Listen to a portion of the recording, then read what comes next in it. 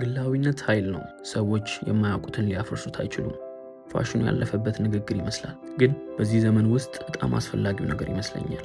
እያንዳንዱ የምንመርጠው ስክሮል፣ ሰርች የምናደርጋቸው፣ ፖዝ አድርገን የምናያቸው ሁሉ ተጣርተው የሚሸጡ ፋይሎቻችን ናቸው።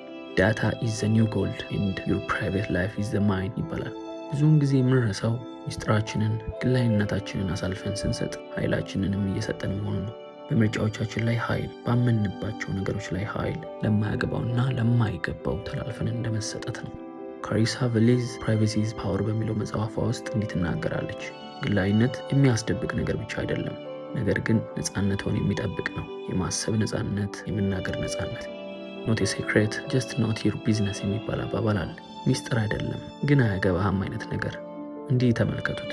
ከሰው ዓይን ራቅ ስንል፣ ከእይታ ስንጠፋ ማስመሰል የሌለበትን ራሳችንን እንሆናለን። ነገር ግን ሁሌም እንቅስቃሴ የተቀረጸ ከሆነ እንጠነቀቃለን፣ እንገደባለን። ይህ አሁን ላይ ያለው ሁኔታ ነው፣ ነገር ግን አብዛኞቻችን አናስተውለውም። ፕራይቬሲ ወይም ግላዊነት ፍርሃት አይደለም፣ ለራስ ክብር መስጠት እንጂ። አንድ ያሳልፈን ከሰጠን በኋላ ግን መመለሻ የሌለው። መቼስ ማንም አላውቀውም ከመባል አናውቀውም እንዴ መባልን አይመርጥም። ግላዊነት ኃይል ነው። ሰዎች የማያውቁትን አያፈርሱትም። መልካም ጊዜ።